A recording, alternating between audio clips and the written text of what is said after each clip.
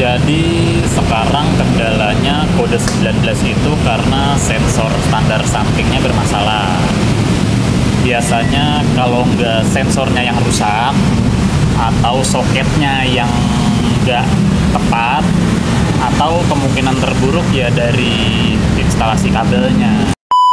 Urusan kabel biasanya kita butuh waktu agak lama karena kerjainnya tuh teliti satu persatu, diurut gitu. Nah, dari sensor sampai ketemu ECU-nya tuh nyambung apa enggak tegangannya. Ya kerjaan detail sih.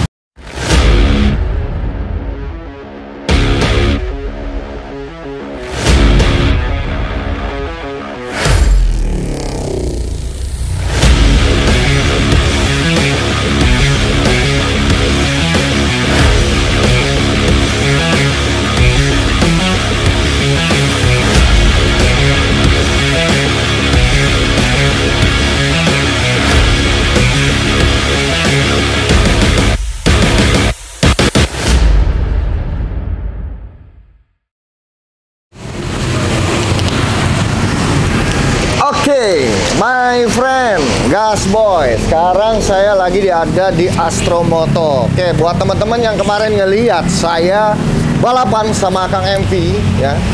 Alhamdulillah. Waktu di DNC kemarin, merdeka dulu, merdeka. Nah, sebelumnya kan motor saya sempat rusak tuh lama. Kalian lihat saya lama sekali tidak pakai motor dan motor saya kebakar dan lain-lain lah, pokoknya gitu. Ada liar habis spare partnya datang dipasang-pasang, ternyata masih banyak lagi masalah demi masalah. Yang kemarin radiatornya, yang kabel kiproknya lupa dipasang, jadi pengisiannya nggak ada sehingga bolak-balik. Tetap buat saya percayakan motor saya kepada Astromoto di Jalan Panjang Arteri Pondok Indah, lebih dekat ke Kebun Jeruk, kepada Om Ziad. Nah, kalau di sini mau nginep aman. Karena semakin lama motor nginep di sini dikasih tarif Rp20.000. Jadi buat teman-teman jangan suka nginepin motornya lama-lama. Satu, ya, itu menyusahkan yang punya bengkel. Barang-barang jadi numpuk, motor-motor jadi numpuk, ya kan. Terus nanti kalian suka belanja dulu, membuat yang punya bengkel belanja dulu buat kalian. Tapi ketika motornya sudah beres, kalian belum punya uang untuk bayar. Jangan begitu ya, gitu. Jadi ketika kita bawa ke bengkel, kita sudah harus siap dengan segala-galanya. Jangan terlalu lama nginep juga. Yang ketiga, motor yang terlalu lama nginep di bengkel itu membuat resiko apa? Resiko terjadinya pertukaran spare part. Nah, kalau di sini semakin lama nginep, semakin lama bayarnya, semakin besar bayarnya. Dikasih denda 20.000 kalau satu malam motor nginep. Jadi jangan lama-lama nginep. Dan ini adalah aturan yang benar dari Astromoto, sehingga tidak menyusahkan bengkel dan tidak menimbulkan resiko pertukaran spare part oleh montir-montir atau mekanik nakal. Nah, makanya saya selalu percaya sama Om Ziad. Dan hari ini, kemarin ketika saya bawa pulang dari DNC, saya mau cerita sedikit. Saya habis dari rumah Steve Joe. Saya mau cerita sedikit. Kemarin habis balapan dari DNC, saya mampir rumah Steve Joe dan habis Isa saya pulang lewat Jalan Raya dan Mogot. Ketika habis muter di atas tuh di depan Untar ya, Universitas Binus apa Taruman Negara lah, wallahu alam iso. Binus. Itu pas turunan motor saya mati. Saya kira radiatornya kering kan karena seharian kita balap-balapan segala macam, ternyata enggak. Ternyata dari diagnosa itu muncul, dari speedometer muncul kode error 19. Dan kode error 19 itu kalau nggak salah ya, apa ya? Kode error 19 itu apa, Tom? Sensor side stand sih, standar samping. Oke, sensor standar samping. Jadi sensor standar sampingnya tidak bekerja dengan normal.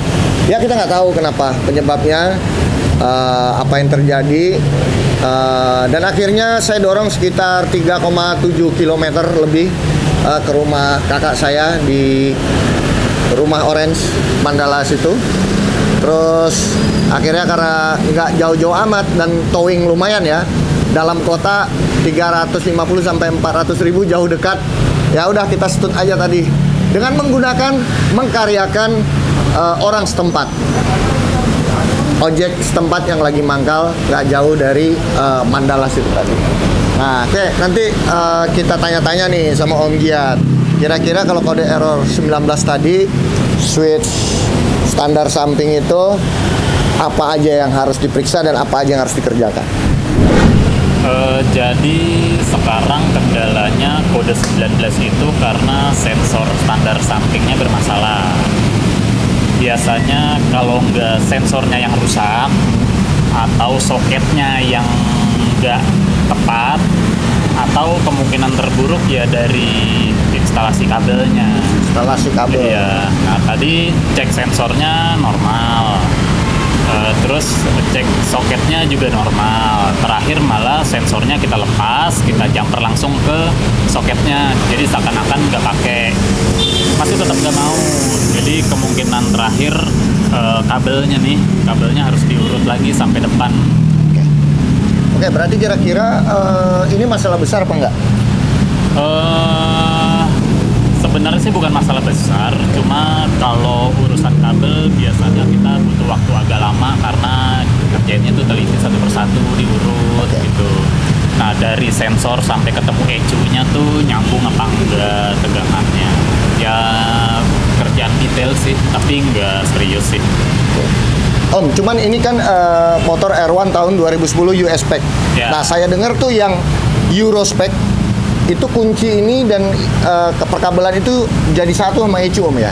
Iya. Jadi kalau rusak itu bisa rusak semua, Om ya?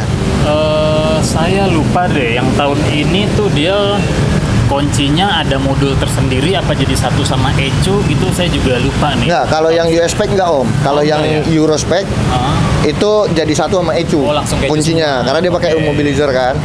Nah, itu kalau misalnya rusak gitu, saya dengar nih Om katanya, bener nggak sih? Bisa sama-sama ECU-ECU-nya sekalian gitu, Om. Kalau rusak kuncinya gitu. Kalau rusak kuncinya memang kalau harus beli pasti satu set sama ECU-nya selama dia nggak ada modul, kecuali kayak GSX, kayak Kawasaki itu ada modul tersendiri yang ngatur immobilizer-nya. Nah, jadi kalau kita ganti immobilizer-nya cuma ganti sama modulnya aja, nggak perlu ganti sama ECU. Harus sama ECU. Wah, thank you nih infonya, Om. Oke, Om, kalau gitu saya dengar ini pekerjaannya cukup lama, tapi kode error 19-nya udah hilang. Ya kan? Cuman Om mau lebih safety lagi. Berarti kira-kira ini kan Om tutup jam 5, Om ya sebenarnya ya. Betul. Tadi saya diterima setengah 5 nih, Masya Allah. Terima kasih Om Giat. Ini kayaknya motor nginep, Om ya? Kayaknya nginep nih. Nginep, oke. Tapi jangan lama-lama, Om ya, karena tarif inap motor di bengkel 20.000 per hari. Enggak, itu cuma buat yang nakal-nakal lah. Nah, buat yang nakal-nakal seperti saya bilang tadi gitu. Oke deh Om, kalau gitu mungkin montirnya juga mau istirahat. Siap. Ya, siapa tahu kan, saya nggak mau Om sampai Aman. kelamaan juga Om. Paling nggak kita enak. lanjut besok deh. Iya. Oke, siap kalau gitu. Oke, terima kasih teman-teman. Kita lanjut besok.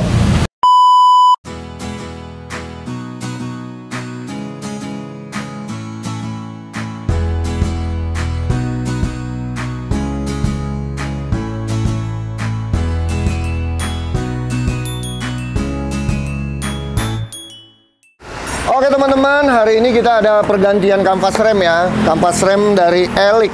Kampas rem itu sangat penting sekali buat motor-motor besar. Nah, bahaya kalau motornya besar, cc besar, larinya kencang, ngeremnya nggak bagus.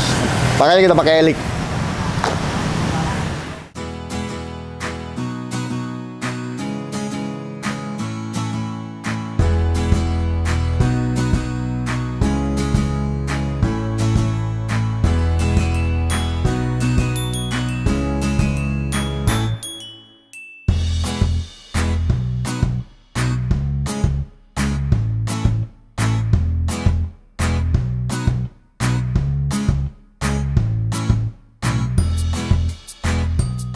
Oke teman-teman, alhamdulillah hari ini R1 The Road Sector kata Om Ziad sudah boleh pulang ya. Sekali lagi terima kasih buat Om Ziad dan Astromoto dan juga Mas Pras yang sudah kemarin bekerja satu harian memperbaiki motor ini. Ada beberapa hal. Yang pertama, kabel switch temperaturnya itu soketnya tidak ada, dan yang kedua ada kabel standar, apa namanya, switch standar switch standar, dia pemasangannya kurang bagus, jadi kena daripada kipas radiatornya sehingga kabelnya soek atau luka gitu. Dan terakhir kita juga diganti kanvas rem Elik hari ini. Terima kasih Om Waki, thank you Elik. Ya kan, penting banget, motor kencang, motor gede itu harus kualitas remnya bagus. Jadi harus pakai kampas rem yang bagus, yang mumpuni ya. Motor dengan berat, bobot sedemikian rupa, dengan kecepatan sedemikian rupa, dengan tenaga sedemikian rupa, sayang banget kalau sampai nggak bisa ngerem atau remnya kurang bagus. Oke, thank you semuanya yang sudah support channel ini. Salam satu aspal, salam satu jalur, ride as one.